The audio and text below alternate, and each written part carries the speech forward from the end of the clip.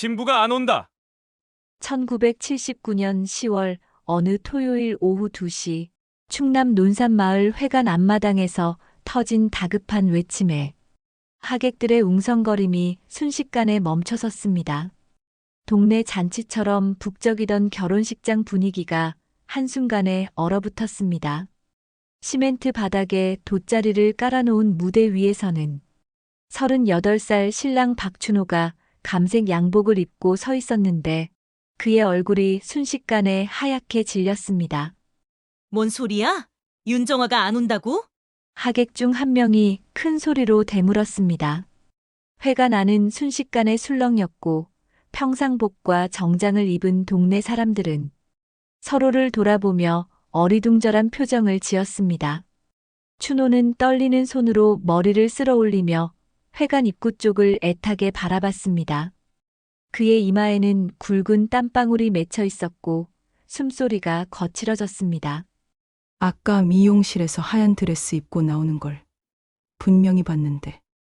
그럼 어디로 간 거지? 하객들의 수군거림 사이로 무대 한쪽에 앉아있던 18살 윤명자의 가슴이 쿵쾅거리기 시작했습니다. 갑자기 어젯밤 언니가 했던 말이 떠올랐습니다. 명자야, 언니가 만약 어디론가 사라진다면 언니를 미워하지 마라. 그때는 결혼 전 긴장감 때문인 줄 알았습니다. 23의 정화는 평소에도 감정 표현이 서투른 편이었으니까요. 하지만 지금 생각해보니 언니의 눈빛이 이상했습니다. 마치 무언가를 결심한 듯한 쓸쓸하면서도 단단한 표정이었습니다. 언니는 그날 밤 늦도록 작은 보따리를 꾸리고 풀고를 반복했었습니다. 언니는 뭘 그렇게 고민했었을까? 명자의 입술이 바짝 말랐고 손바닥에 식은 땀이 맺혔습니다. 치마를 꾹꾹 눌러가며 앉아있던 명자는 설마 언니가 정말로. 하지만 그럴 리 없었습니다. 아무리 결혼이 싫다고 해도 이렇게 많은 사람들 앞에서 신랑을 홀로 세워둘 언니가 아니었거든요.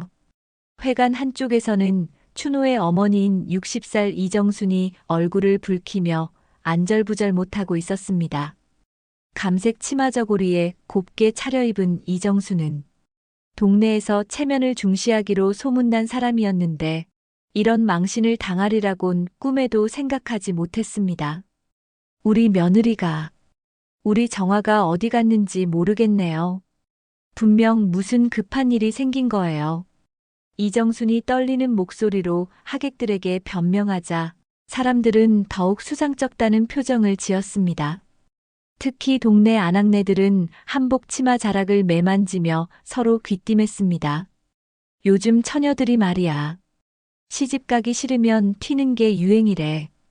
그래도 결혼식 당일에 그것도 드레스까지 빌려 입고서 아이고 춘호가 불쌍하네. 38배 겨우 장가드는데 정화가 어려서 좀 아깝긴 했지 뭐.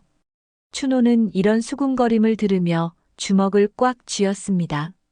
평소 과묵하고 순박한 성격의 춘호였지만 지금은 가슴속에서 무언가가 끓어오르고 있었습니다.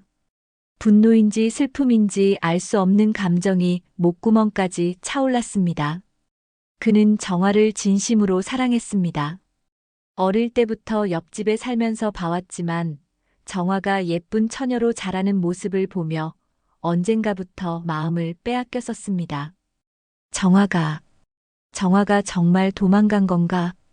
춘호는 중얼거리며 무대에서 내려왔습니다. 그의 발걸음이 휘청거렸고 옆에 있던 친동생 박춘식이 재빨리 형의 팔을 붙잡았습니다. 30살의 춘식은 형보다 키가 작고 마른 체격이었는데 평소에도 소극적이고 조심스러운 성격이었습니다. 그 역시 회색 양복을 말끔히 차려입고 형의 결혼식을 위해 준비했었는데 지금은 모든 것이 허무하게 느껴졌습니다. 형님, 진정하세요. 분명 무슨 이유가 있을 거예요. 하지만 춘식의 위로도 춘호에게는 들리지 않았습니다.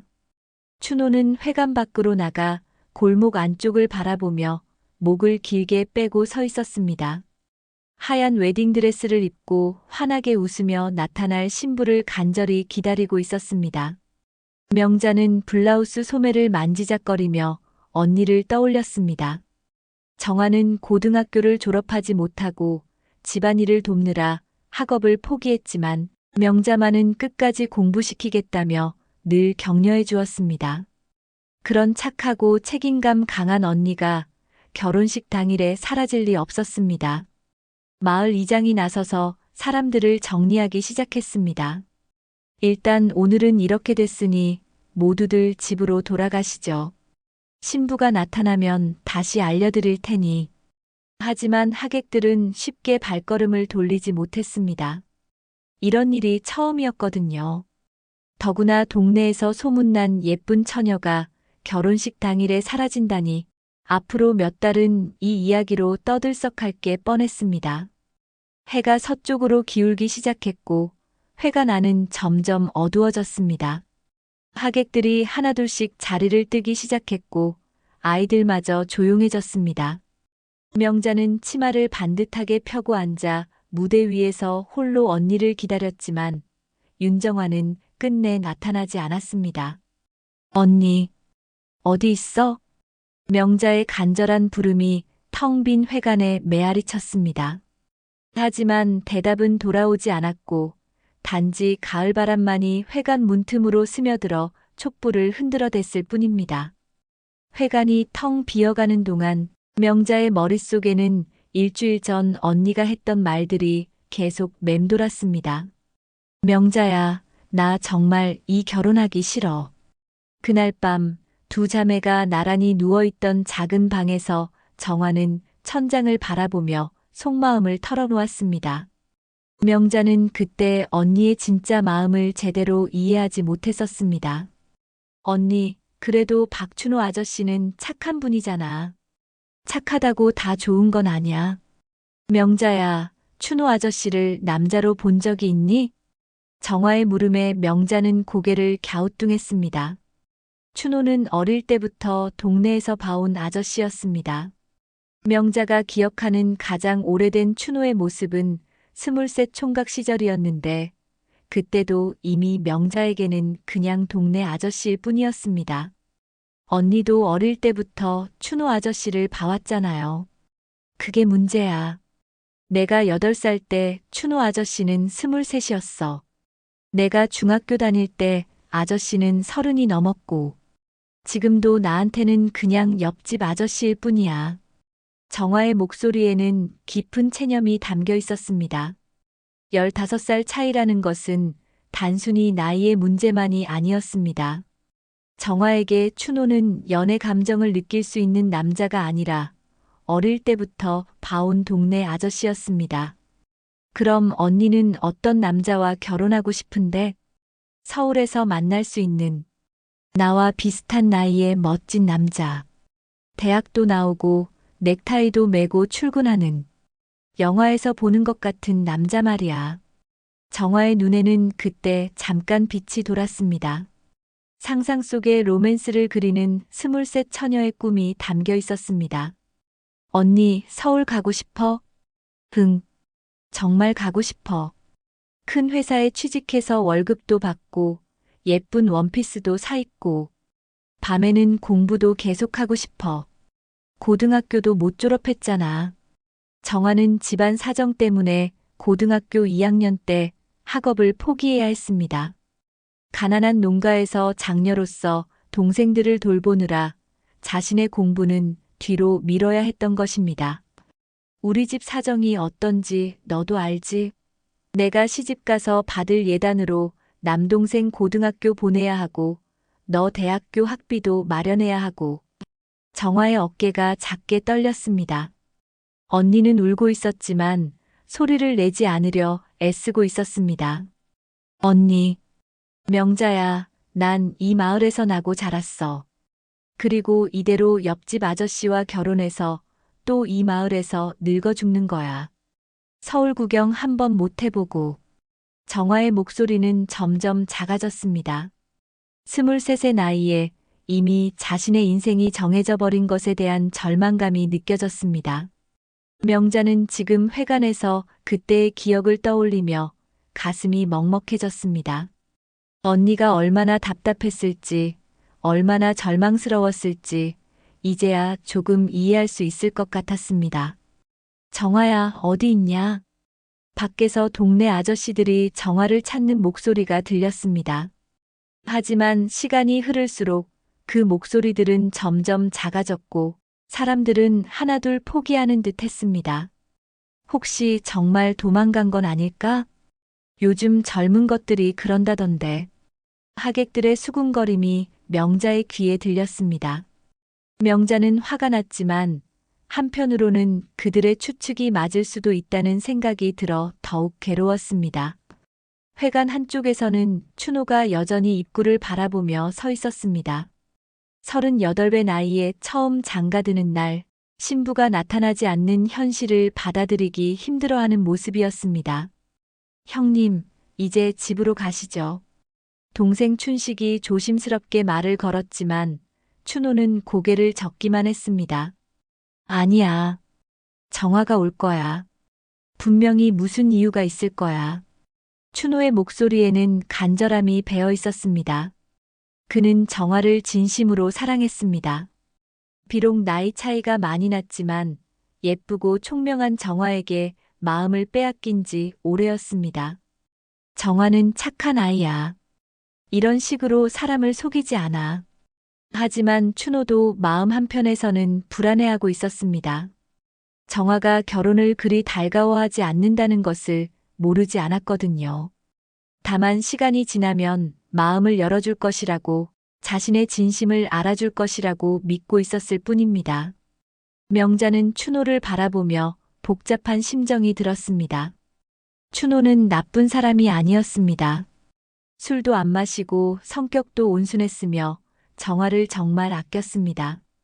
하지만 정화에게는 그저 어릴 때부터 봐온 동네 아저씨일 뿐이었습니다. 해가 완전히 넘어가고 어둠이 내리기 시작했습니다. 하객들은 모두 돌아갔고 회관에는 가족들만 남았습니다. 춘호와 춘식 형제, 그리고 명자와 부모님들만이 여전히 정화를 기다리고 있었습니다. 혹시 집에 갔을까? 춘호의 어머니 이정순이 마지막 희망을 걸며 말했습니다. 하지만 모두들 그런 가능성이 희박하다는 것을 알고 있었습니다. 가서 확인해 보자. 결국 몇 명이 정화의 집으로 향했습니다. 하지만 돌아온 대답은 역시 부정적이었습니다. 집에도 없습니다. 아침에 나간 뒤로 소식이 없다고. 그제야 모든 사람들의 얼굴에 절망감이 스쳤습니다. 정화가 정말로 결혼식장에 나타나지 않을 것 같다는 현실을 받아들이기 시작한 것입니다. 명자는 마지막으로 언니를 불러봤습니다. 언니, 정말 어디로 갔어? 제발 나와줘. 하지만 대답은 없었고 단지 가을밤의 쌀쌀한 바람만이 회관을 스쳐 지나갔을 뿐입니다.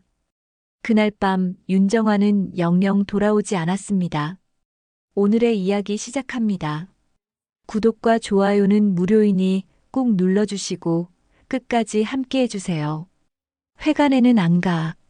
결혼식 당일 오후 1시 윤정화는 미용실에서 나와 하얀 웨딩드레스를 입고 서 있었지만 발걸음은 마을 회관이 아닌 집으로 향했습니다. 드레스 자락이 흙길에 끌렸지만 상관없었습니다. 가슴속에서는 무언가가 터질 것 같았고 숨이 막혔습니다. 이대로는 안 돼. 난 도망갈 거야. 정화의 눈에는 결연함이 번졌습니다. 23세 나이에 옆집 아저씨와 결혼해서 평생 이 마을에 묶여 사는 것보다는 차라리 모든 것을 버리고 서울로 가겠다고 마음먹었습니다. 가방 하나만 들고라도 떠나겠다고 결심했습니다. 집에 도착한 정화는 재빨리 방으로 들어갔습니다. 웨딩드레스를 입은 채로 서랍을 뒤지며 돈을 찾았습니다. 평소 몰래 모아둔 용돈과 친척들이 준 세뱃돈까지 합쳐봐야 겨우 몇만 원이었지만 서울까지 가는 기차표는 살 수 있을 것 같았습니다. 옷 몇 벌만 챙기자.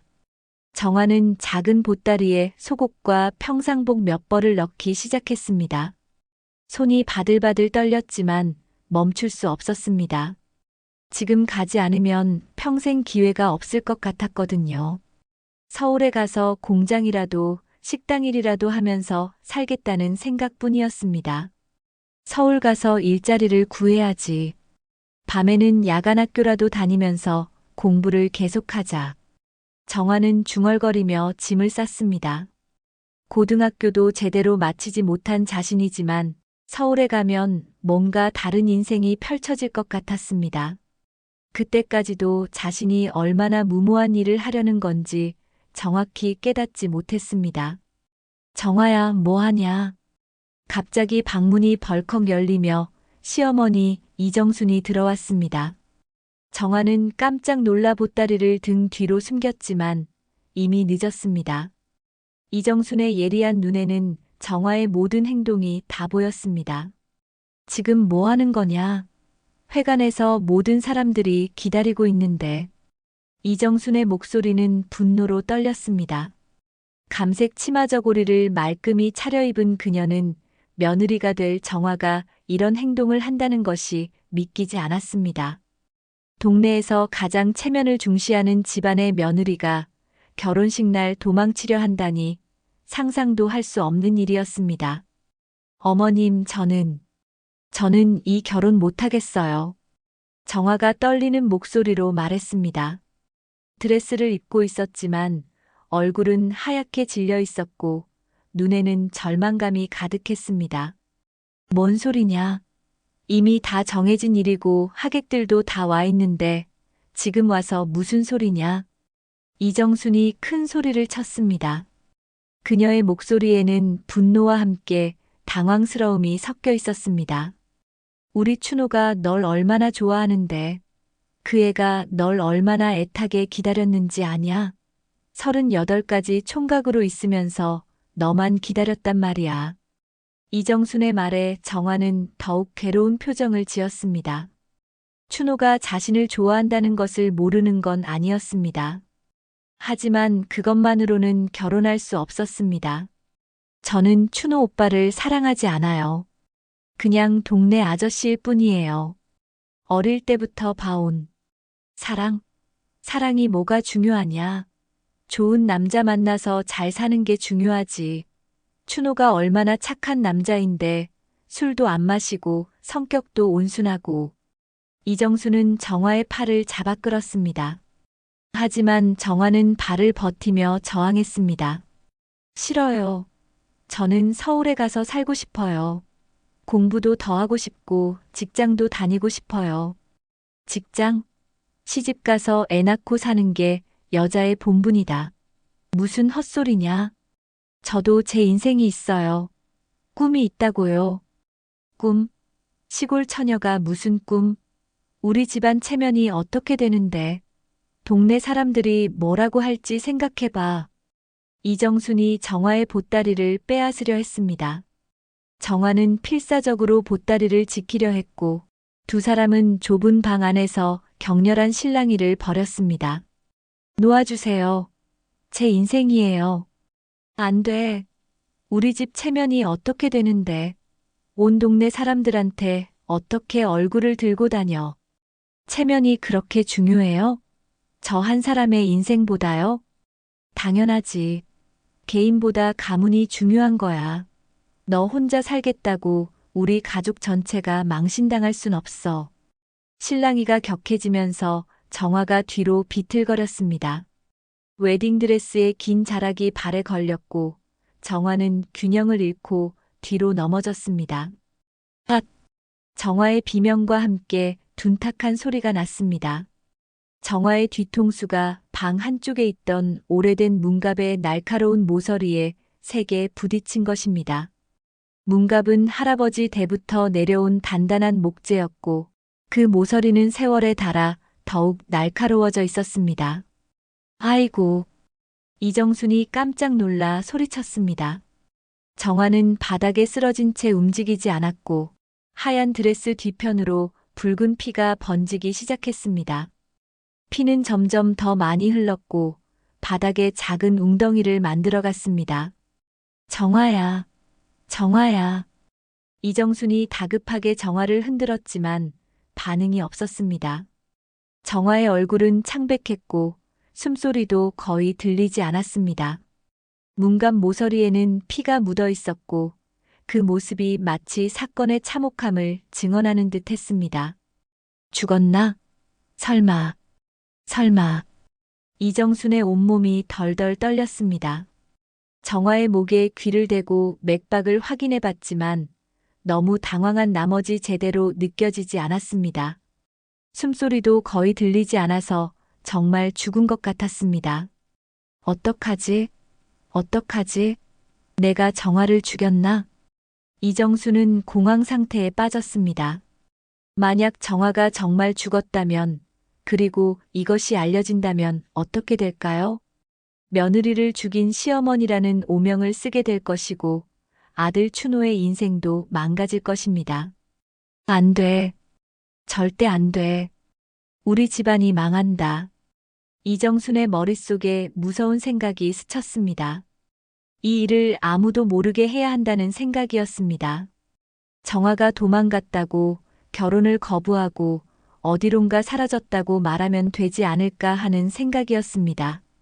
그래. 도망간 걸로 하자. 원래 결혼하기 싫어했으니까. 이정수는 떨리는 손으로 정화를 일으켜 세우려 했습니다. 하지만 정화의 몸은 무겁기만 했고 혼자서는 도저히 움직일 수 없었습니다. 그래도 어떻게든 해야 했습니다. 헛간에. 일단 우리 집 헛간에 숨겨야겠다. 이정수는 온 힘을 다해 정화를 끌었습니다. 다행히 윤 씨 집과 박 씨 집은 바로 옆집이라 담장 하나만 넘으면 되었습니다. 사람의 왕래가 거의 없는 뒷마당 쪽으로 해서 자신의 집 헛간까지는 다른 사람 눈에 띄지 않고 갈 수 있었습니다. 웨딩드레스가 더러워졌지만 신경 쓸 겨를이 없었습니다. 바로 옆집인 박 씨 집 헛간 문을 열고 정화를 안에 밀어넣는 순간 이정순의 마음속에는 돌이킬 수 없는 선을 넘는다는 생각이 들었습니다. 하지만 이미 늦었습니다. 체면과 가문의 명예를 지키려는 마음이 양심을 짓눌렀습니다. 미안하다, 정화야. 하지만 어쩔 수 없구나. 이정수는 헛간 문을 잠그고 옆집 뒷마당을 가로질러 재빨리 회관으로 향했습니다. 바로 옆집이라 금세 갈 수 있었지만 마치 아무 일도 없었다는 듯이 태연하게 걸어가야 했습니다. 하지만 그녀의 손은 여전히 떨리고 있었고 가슴은 쿵쾅거리고 있었습니다. 회관에 도착한 이정수는 최대한 평정심을 유지하며 하객들 사이에 끼어들었습니다. 사람들이 수군거리는 소리를 들으며 마치 지금 막 상황을 파악한 것처럼 연기했습니다. 어머, 정화가 왜 안 와요? 무슨 일이에요? 그 순간부터 윤정화는 도망간 신부가 되었고 이정순만이 진실을 알고 있었습니다. 하지만 그 진실은 너무나 무거웠고 평생 그녀를 짓누를 비밀이 되었습니다. 정화야, 어디 있냐? 그날 밤 9시가 넘도록 박춘호의 절규가 마을 골목골목에 메아리 쳤습니다. 회관에서 돌아온 후 춘호는 한시도 가만히 있을 수 없었습니다. 감색 양복 재킷을 벗어던지고 하얀 와이셔츠 차림으로 마을 구석구석을 뒤지고 있었습니다. 정화야, 우리 딸아. 춘호의 절규와 함께 바로 옆집 윤 씨 집에서도 다급한 목소리들이 들려왔습니다. 정화의 아버지와 어머니, 그리고 동생 명자까지 온 가족이 나와서 정화를 찾고 있었습니다. 명자는 마을 곳곳을 뒤지며 언니의 이름을 불러댔습니다. 언니, 언니 어디 있어? 제발 대답 좀 해봐. 두 집안 사람들은 함께 움직였습니다. 춘호와 정화의 아버지는 마을 바깥쪽 큰 길까지 나가서 혹시 버스 정류장이나 기차역으로 향했는지 확인했습니다. 형님, 그만하시고 집에 들어가시죠. 동생 춘식이 따라오며 걱정스럽게 말했습니다. 하지만 춘호는 들으려 하지 않았습니다. 땀으로 범벅이 된 얼굴에는 절망과 분노가 뒤섞여 있었습니다. 안 돼. 정화가 어디 있는지 찾아야 해. 춘호는 마을 뒷산까지 올라가며 정화의 이름을 불러댔습니다. 그의 목소리는 이미 쉬어서 갈라져 있었지만 멈출 수가 없었습니다. 정화에 대한 그의 사랑은 남들이 생각하는 것보다 훨씬 깊었습니다. 혹시 서울 가는 버스 탄 처녀 못 보셨어요? 하얀 드레스 입고. 정화 아버지가 버스 정류장 근처 상점 아저씨에게 물어봤지만 대답은 부정적이었습니다. 아니, 그런 사람 못 봤는데. 그런 옷차림이면 눈에 띄었을 텐데 말이야. 기차역에서도 마찬가지였습니다. 영무원도 매표소 직원도 하얀 드레스를 입은 젊은 여자를 본 적이 없다고 했습니다. 사실 춘호가 정화에게 마음을 빼앗긴 것은 하루 이틀 일이 아니었습니다. 정화가 16이 되던 해 마을 잔치에서 예쁜 한복을 입고 춤을 추는 모습을 본 순간부터였습니다. 그때부터 춘호는 정화만을 생각하며 살아왔습니다. 다른 동네 아가씨들이 시집 오겠다는 것도 마다하고 정화만을 기다렸습니다. 내가 뭘 잘못했나? 내가 뭘 잘못했기에. 춘호는 무너진 돌담 위에 주저앉아 머리를 감쌌습니다. 38의 나이에 오랫동안 기다려온 결혼이었는데 신부가 사라져버렸습니다. 더욱 괴로운 것은 정화가 왜 이런 선택을 했는지 이해할 수 없다는 것이었습니다. 명자는 언니가 자주 가던 뒷산 약수터까지 올라가 봤습니다. 평소 언니가 혼자 고민이 있을 때 찾던 곳이었습니다. 하지만 약수터는 텅 비어 있었고 달빛만이 차가운 물을 비추고 있었습니다. 언니, 정말 어디 간 거야? 말도 없이 서울로 가버린 거야? 명자의 목소리에는 걱정과 함께 서운함이 섞여 있었습니다.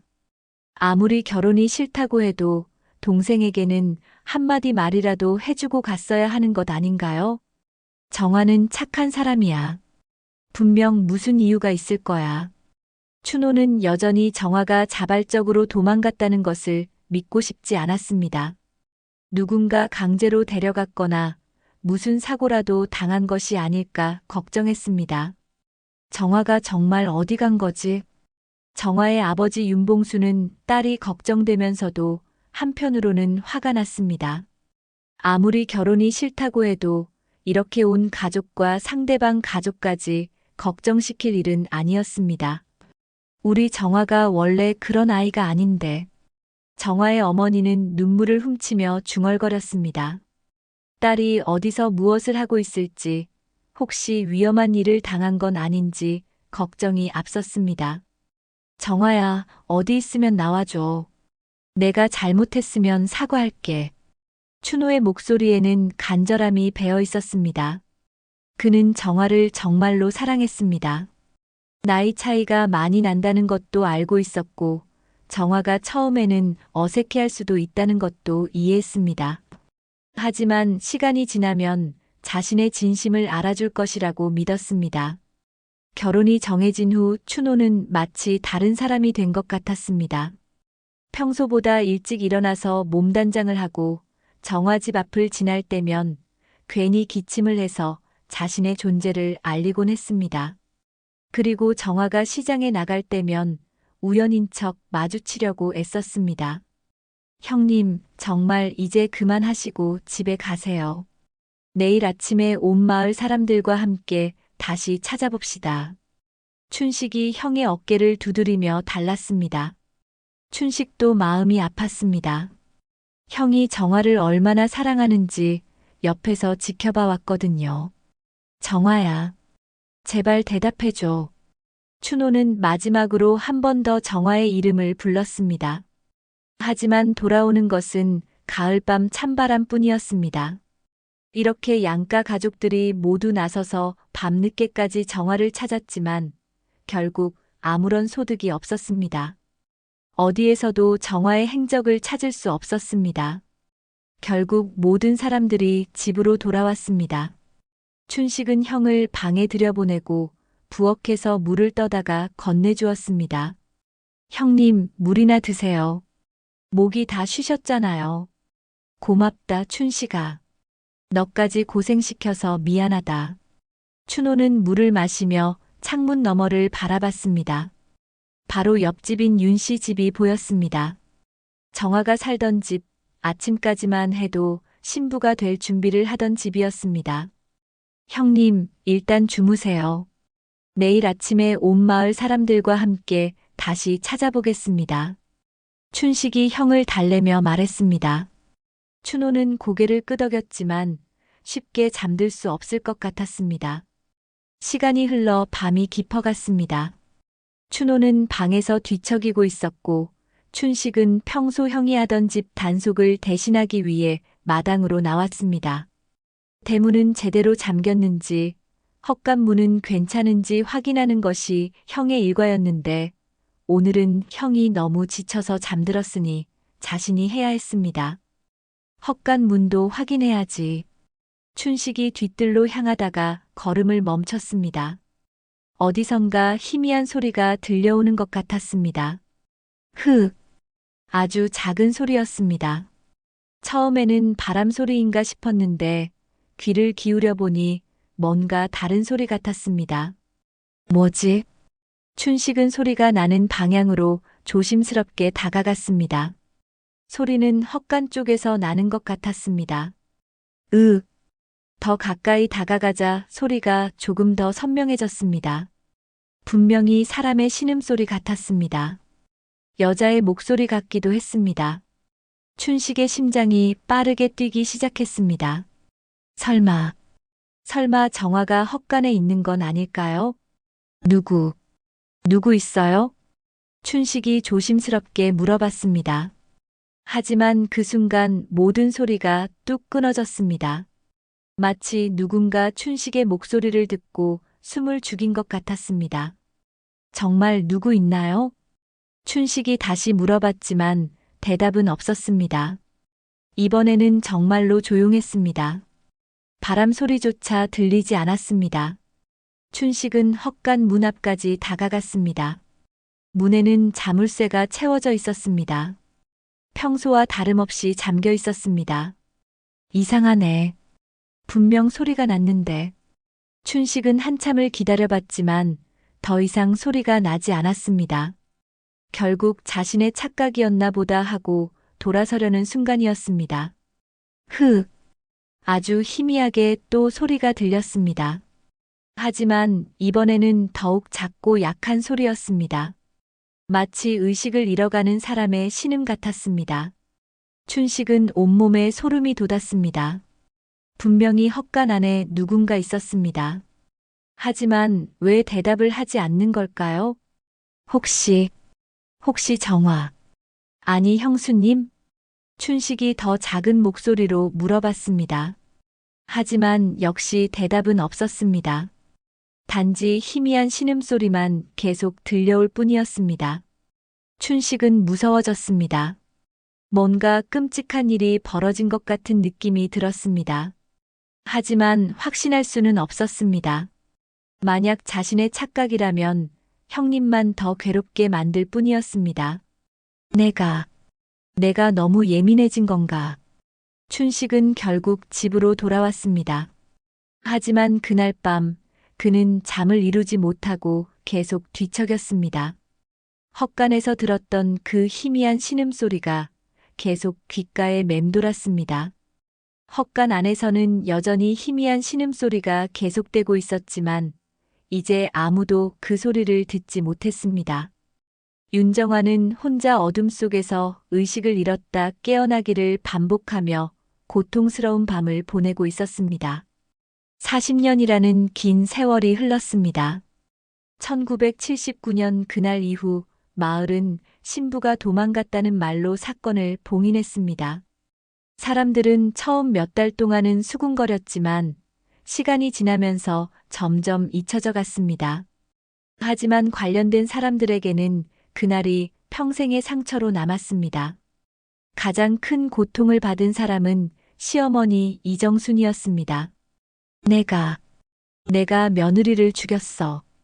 이정수는 그날 밤부터 잠을 이루지 못했습니다. 정화를 헛간에 숨긴 후 며칠 동안 어떻게 해야 할지 몰라 전전긍긍했습니다. 죽은 며느리의 시신을 어떻게 처리해야 할까요? 들킬까봐 무서웠지만 그대로 둘 수도 없었습니다. 어떻게 해야 하나? 이정수는 밤마다 헛간으로 가서 정화의 상태를 확인했습니다. 하얀 드레스는 핏자국으로 더러워져 있었고 정화의 차갑게 식은 몸을 보면 무서움과 죄책감이 몰려왔습니다. 손으로 만져보니 이미 완전히 숨이 끊어진 상태였습니다. 가족들에게 들키면 안 돼. 마침 집 뒷마당에는 김장철을 대비해 김장 항아리를 묻기 위해 미리 파놓은 구덩이가 있었습니다. 60살의 이정순 혼자서 무거운 시신을 옮기는 것은 힘든 일이었지만 들킬 수는 없었습니다. 정화야, 미안하다. 정말 미안하다. 이정수는 며칠 동안 기회를 엿보다가 가족들이 모두 잠든 깊은 밤에 정화의 시신을 그 구덩이로 옮겼습니다. 하얀 웨딩드레스를 그대로 입힌 채 흙으로 덮고 그 위에는 계획대로 커다란 김장 항아리를 올려놓았습니다. 이제 아무도 모르겠지. 하지만 이정순의 고통은 그때부터 본격적으로 시작되었습니다. 매일 밤 정화의 모습이 꿈에 나타났고 낮에는 아들과 시동생 앞에서 태어난 척 연기해야 했습니다. 박춘호는 그날 이후 완전히 다른 사람이 되었습니다. 정화야. 밤마다 춘호는 술에 취해 정화의 이름을 부르며 울었습니다. 처음 몇 년은 혹시나 하는 마음으로 정화가 돌아오기를 기다렸습니다. 서울역 대전역까지 가서 정화를 찾아다니기도 했습니다. 하지만 아무런 소득이 없었습니다. 우리 형님이 저렇게 될 줄이야. 동생 춘식은 형의 변해버린 모습을 보며 가슴이 아팠습니다. 한때 성실하고 부지런했던 형은 술독에 빠져 농사일도 제대로 하지 못했습니다. 춘식이 형의 몫까지 농사를 지어야 했습니다. 어머니, 형님 좀 말려주세요. 춘식이 어머니 이정순에게 부탁했지만 이정순은 제대로 대답하지 못했습니다. 죄책감에 시달리는 그녀에게는 아들을 달랠 여유가 없었습니다.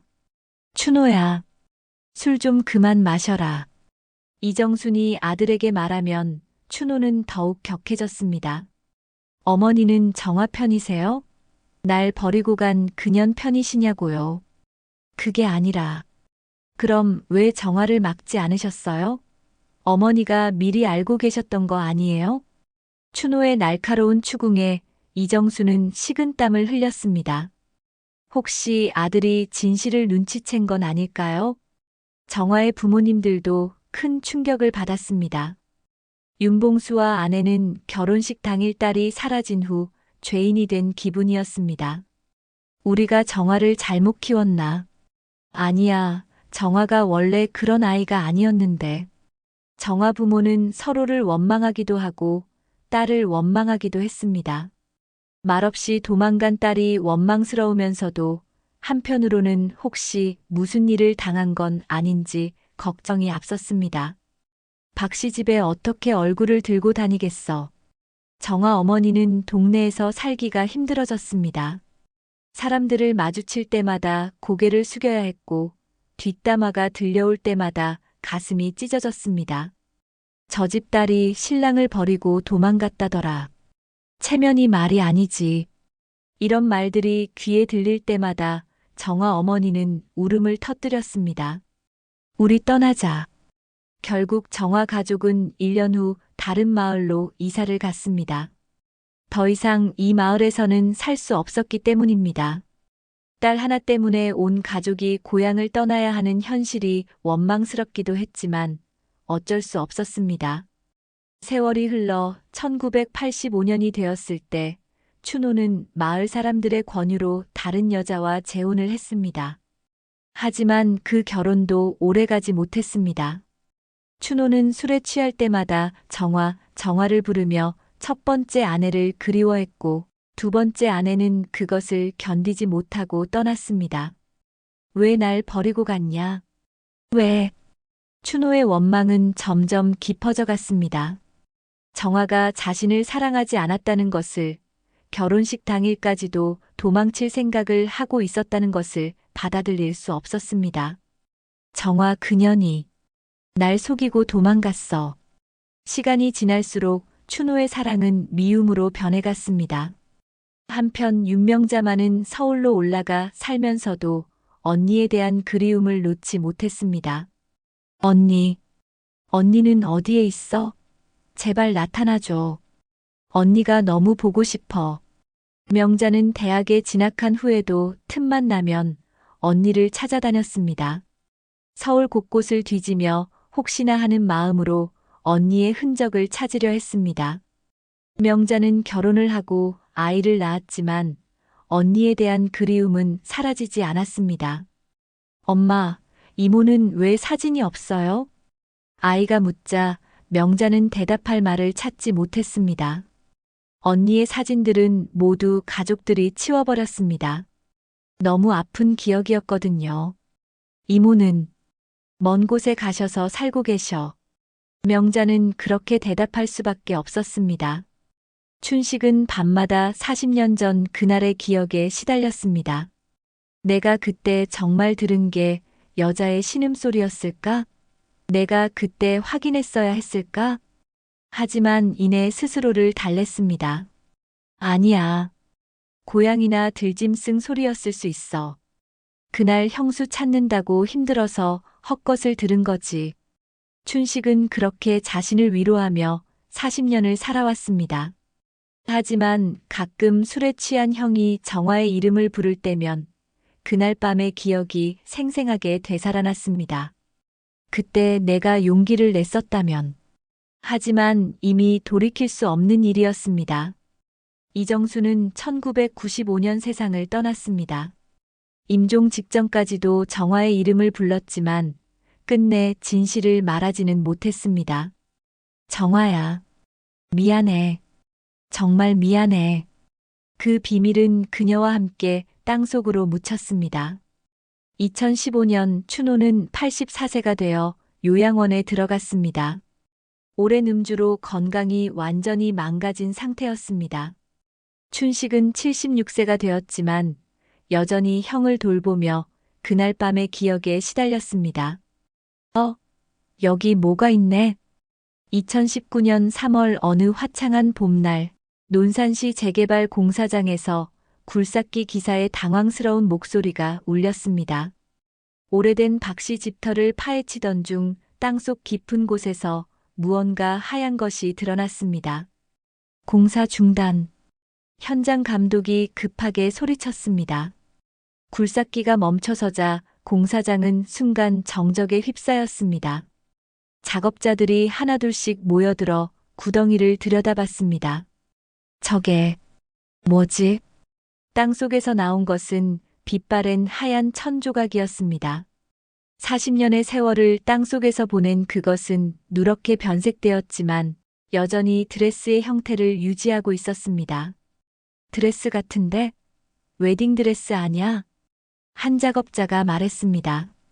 다른 사람들도 고개를 끄덕였습니다. 분명히 결혼식 때 입는 드레스 같았습니다. 왜 이런 게 땅속에 묻혀 있지? 누가 버린 건가? 작업자들이 수군거리는 사이 현장 감독은 경찰에 신고하기로 했습니다. 땅속에서 옷이 나왔다는 것은 심상치 않은 일이었기 때문입니다. 1시간 후 경찰이 도착했습니다. 그리고 더 자세한 발굴 작업이 시작되었습니다. 조심히 파보세요. 경찰관의 지시에 따라 작업자들이 삽으로 조심스럽게 흙을 걷어냈습니다. 그리고 곧 충격적인 것이 드러났습니다. 이건 사람 뼈다. 웨딩드레스 안쪽에서 사람의 뼈가 발견된 것입니다. 40년의 세월 동안 살점은 사라졌지만 뼈는 여전히 남아 있었습니다. 사건이야, 이거. 현장이 순식간에 아수라장이 되었습니다. 경찰들이 급하게 증원되었고 공사장은 완전히 통제되었습니다. 소문은 삽시간에 마을 전체로 퍼졌습니다. 박춘혼의 집터에서 시체가 나왔다더라. 웨딩드레스 입은 시체래. 동네 사람들이 하나둘씩 공사장 근처로 몰려들었습니다. 하지만 경찰이 통제선을 쳐서 가까이 갈 수는 없었습니다. 그 소식을 들은 명자는 서울에서 급하게 차를 타고 내려왔습니다. 가슴이 쿵쾅거렸습니다. 설마 그 웨딩드레스가 제발 아니길. 명자는 기도하는 마음으로 고향 마을로 향했습니다. 하지만 마음 한구석에서는 이미 답을 알고 있는 것 같았습니다. 공사장에 도착한 명자는 경찰관에게 말했습니다. 저기, 혹시 그 웨딩드레스가 어떻게 생겼는지 볼 수 있을까요? 왜 그러시는데요? 제 언니가, 40년 전에 사라진 언니가 그날 웨딩드레스를 입고 있었거든요. 경찰관의 표정이 순간 진지해졌습니다. 그리고 명자를 수사본부로 안내했습니다. 이 드레스 어떠세요? 혹시 기억나는 게 있으신가요? 증거 보관함에서 꺼낸 웨딩드레스를 본 순간 명자는 그 자리에서 주저앉았습니다. 언니 드레스예요. 명자의 목소리는 떨렸고 눈에서는 눈물이 쏟아졌습니다.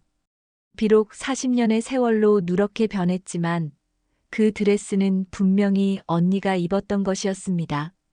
가슴 부분에 작은 레이스 장식까지 모두 기억나고 있었습니다. 언니, 도망간 게 아니었어. 죽었었구나. 명자는 오열했습니다. 40년 동안 언니가 어디선가 행복하게 살고 있을 거라고 믿고 싶었는데 현실은 너무나 잔혹했습니다. 그럼 40년 전에 실종된 윤정화 씨가 맞나요? 경찰관이 확인했습니다. 명자는 고개를 끄덕였습니다. 네, 제 언니 윤정화예요. 1979년 10월에 결혼식 날 사라졌던. 왜 이런 곳에 묻혀 있었을까요? 혹시 아시는 게 있으세요? 경찰관의 질문에 명자는 고개를 저었습니다. 정말로 아무것도 몰랐습니다. 언니가 왜 여기에, 왜 이런 상태로 묻혀 있는지 전혀 짐작할 수 없었습니다. 누가 언니를 이렇게. 명자의 오열 소리가 수사본부에 울려 퍼졌습니다. 경찰들도 숙연해졌습니다. 40년 만에 드러난 비극의 진실 앞에서 모든 사람들이 충격을 받았습니다. 소식은 곧 마을 전체로 퍼졌습니다.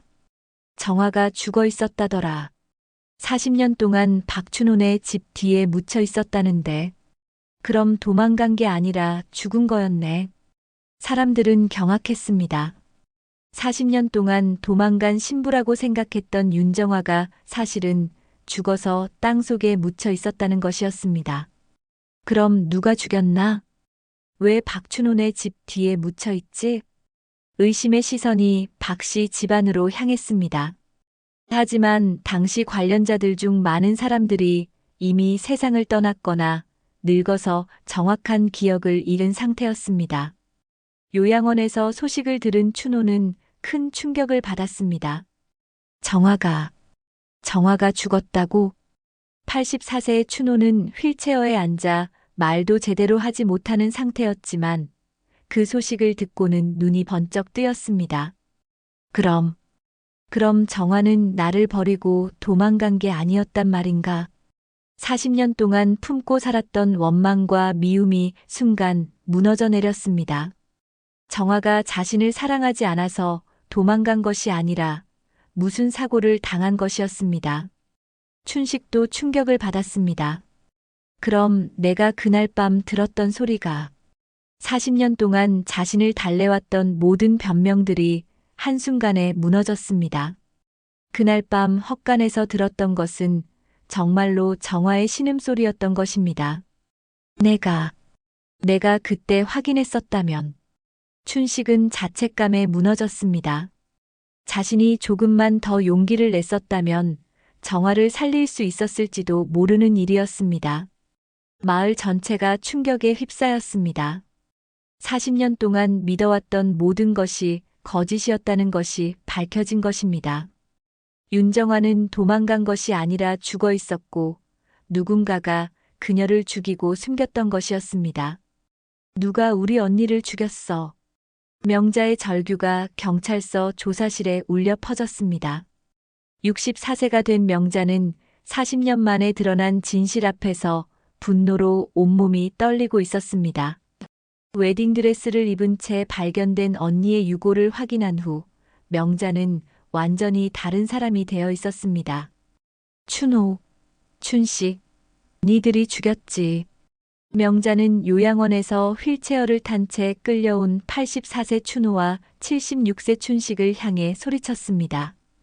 평생 얌전하게만 살았던 명자였지만 지금은 마치 다른 사람 같았습니다. 아니야. 나는 아무것도 안 했어. 춘호는 떨리는 목소리로 부인했습니다. 하지만 40년 동안 품고 살았던 원망이 순간 무너져 내렸습니다. 정화가 자신을 버리고 도망간 것이 아니라 죽어 있었다는 사실이 충격적이었습니다. 생쇼를 했어. 40년 동안 우리를 죄인 취급하면서 니들이 사람을 죽여놓고. 명자의 눈에서 눈물이 쏟아졌습니다. 40년 동안 언니가 도망쳤다는 죄책감을 안고 살았는데 알고 보니 언니는 이미 죽어 있었던 것입니다. 우리 가족이 얼마나 고생했는지 알아? 니들이 손가락질해서 고향도 떠나고 평생 죄인처럼 살았는데 정말 모른다고. 나도 정화가 어디 갔는지 몰라서 40년을 찾아다녔어. 춘호가 억울하다는 듯이 소리쳤습니다. 하지만 명자는 믿지 않았습니다. 거짓말. 니들 집 뒤에서 나왔는데 모른다고? 형님은 정말 모르셔요. 형님이 얼마나 형수님을 찾아다니셨는데. 춘식이 형을 변호했지만 명자의 분노는 가라앉지 않았습니다. 그럼 너는 알고 있었어? 너가 범인이야? 너가 우리 언니를 죽인 거야? 저는 정말 아무것도. 춘식의 목소리가 점점 작아졌습니다. 그날 밤 헛간에서 들었던 신음소리가 생각났기 때문입니다. 왜 우리 언니 죽였어? 살려내라. 우리 언니가 그동안 얼마나 억울했겠어. 명자는 춘호의 휠체어를 붙잡고 흔들며 소리쳤습니다. 우리 언니가 그 차가운 땅 속에서 40년을 있었다고. 좋은 곳에 갔겠냐? 얼마나 억울해서. 제발 진정하세요. 경찰관들이 명자를 말렸지만 40년간 쌓인 분노는 쉽게 가라앉지 않았습니다. 니들이 사람이냐? 사람을 죽여놓고 40년 동안 우리를 죄인 만들었어. 그때 국과수 직원이 조사실로 들어왔습니다. 부검 결과가 나왔습니다. 모든 사람들의 시선이 국과수 직원에게 집중되었습니다. 사망 원인은 머리 뒤쪽 강한 충격에 의한 뇌출혈로 추정됩니다. 뒤통수 부분 두개골에 골절상이 확인되었고. 그럼 누군가 때린 거예요? 명자가 다급하게 물었습니다. 타살 가능성이 높지만 40년이 지나서 정확한 경위는 파악하기 어렵습니다. 다만 웨딩드레스에서 발견된 모발을 분석한 결과 국과수 직원이 잠깐 멈췄다가 계속 말했습니다. 나이 많은 여성의 모발이 발견되었습니다. 유전자 분석 결과 박춘호, 박춘식 형제와 상당히 유사한 여성의 것으로 추정됩니다. 뭔 소리예요? 춘식이 놀라서 물었습니다. 혹시 두 분의 어머님이나 여자 형제분의 유품 중에서 DNA 샘플을 채취할 만한 게 남아있나요? 머리빗이라든지 옷가지라든지. 경찰관이 물었습니다. 어머니는 벌써 돌아가셨는데. 춘식이 떨리는 목소리로 대답했습니다. 어머니 유품이 있다면 확실히 범인을 알 수 있습니다. 하지만 없다면 정확하게 범인을 확정하기는 어렵겠습니다. 그럼 영영 모르게 되는 건가요? 명자의 목소리에는 절망감이 배어 있었습니다. 하지만 사망 경위는 확실히 밝혀졌습니다. 윤정아 씨는 머리에 강한 충격을 받아 사망했고 누군가가 고의로 시신을 은닉한 것으로 보입니다. 국과수 직원의 말에 조사실은 다시 한번 정적에 휩싸였습니다. 어머니가, 설마 어머니가, 춘식의 얼굴이 창백해졌습니다.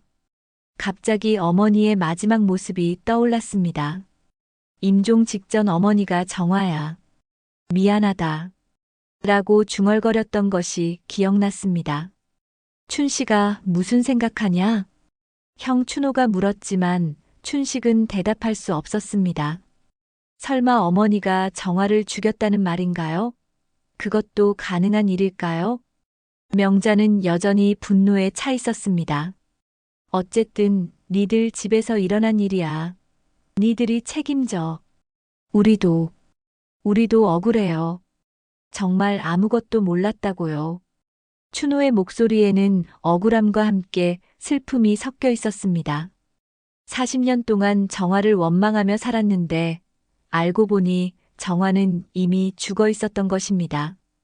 조사실의 분위기는 점점 더 무거워졌습니다.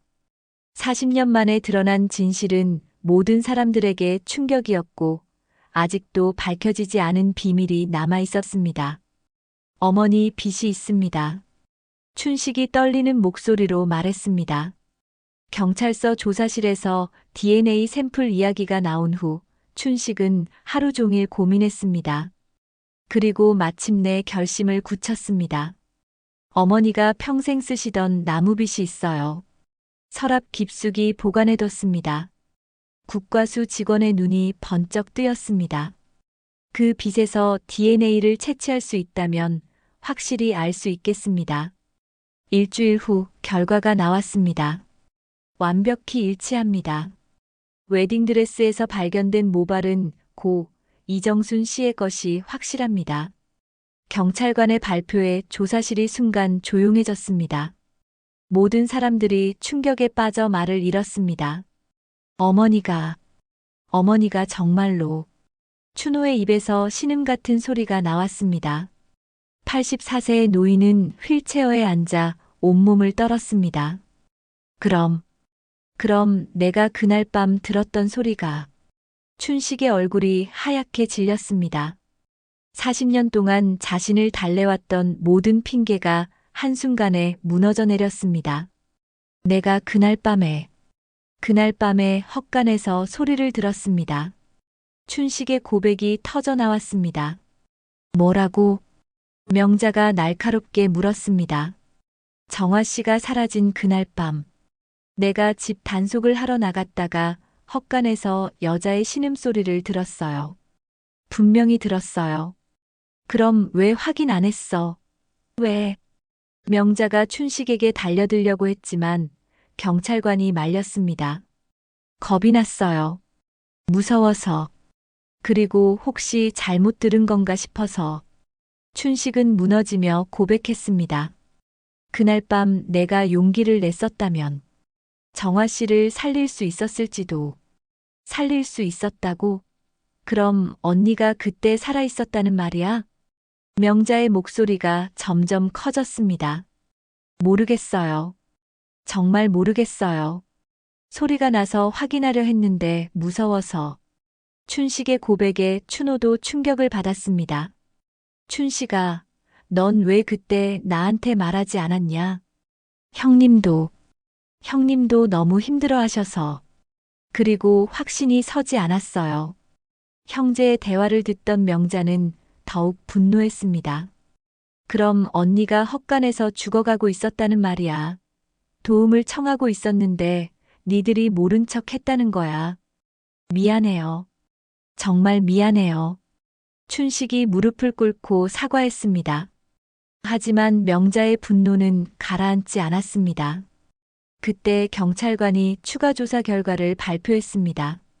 부검 결과 윤정화 씨는 뒤통수 부분에 강한 충격을 받아 뇌출혈로 사망한 것으로 확인되었습니다. 사망 추정 시각은 1979년 10월 결혼식 당일 저녁으로 보입니다. 그럼 어머니가 정말로. 춘호는 믿을 수 없다는 표정이었습니다. 평생 자신을 키워준 어머니가 며느리를 죽였다는 것을 받아들일 수 없었습니다. 현장에서 발견된 증거들을 종합해보면 이정순 씨가 윤정아 씨와 실랑이를 벌이던 중 사고가 발생한 것으로 추정됩니다. 실랑이? 명자가 물었습니다. 웨딩드레스에 찢어진 부분이 있고 방에서 옮겨진 흔적들을 볼 때 격렬한 몸싸움이 있었던 것 같습니다. 경찰관의 설명을 듣던 춘식이 갑자기 무언가를 떠올렸습니다. 그날 어머니가 이상하셨어요. 뭐가 이상했는데? 결혼식 후에 집에 오셔서 계속 방을 치우고 계셨어요. 바닥을 걸레질하시고 평소보다 유난히 부산스러우셨어요.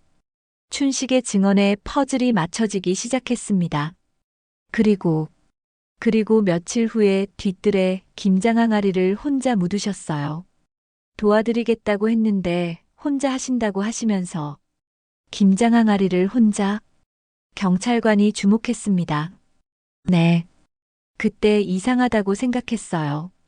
그렇게 무거운 항아리를 혼자 어떻게 묻으시나 싶어서 진실이 점점 드러나고 있었습니다.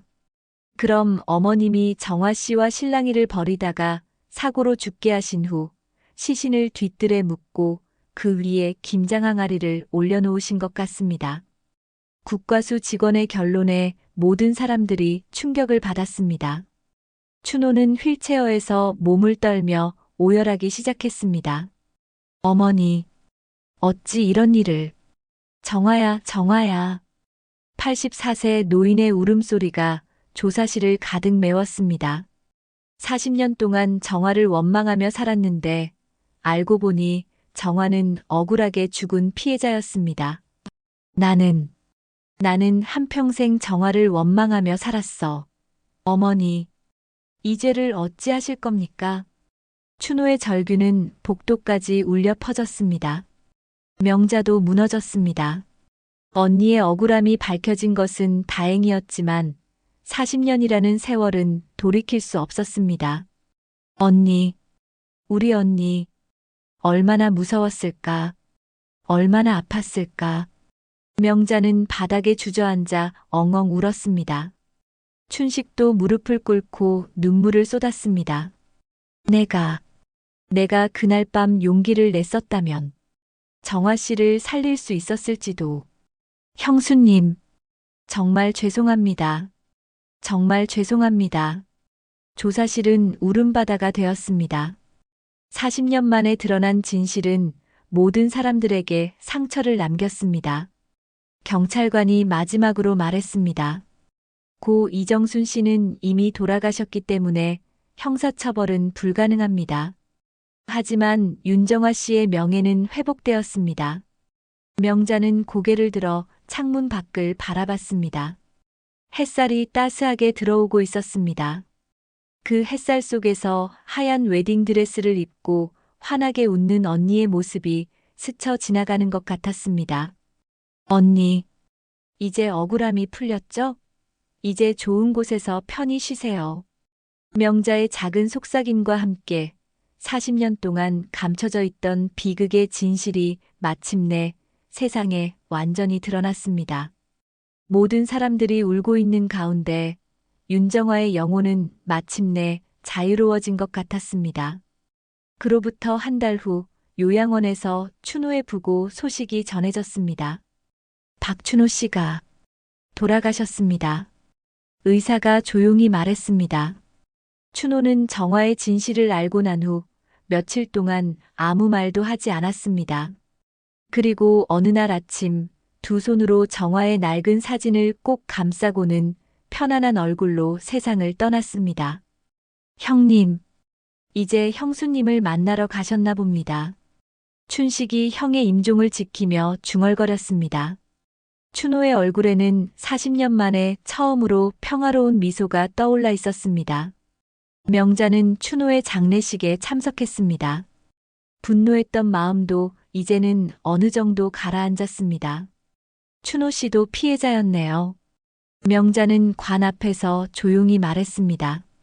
언니와 춘호 씨, 이제 하늘에서 만나서 행복하게 지내세요.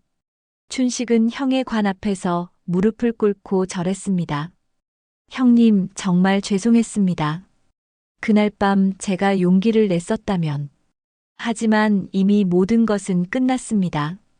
춘호는 마침내 사랑하는 정화를 만나러 떠난 것입니다. 오늘 이야기 어떠셨나요? 구독과 좋아요는 무료입니다. 꾹 눌러주시면 다음 이야기 만들 때 정말 큰 힘이 됩니다. 사랑합니다.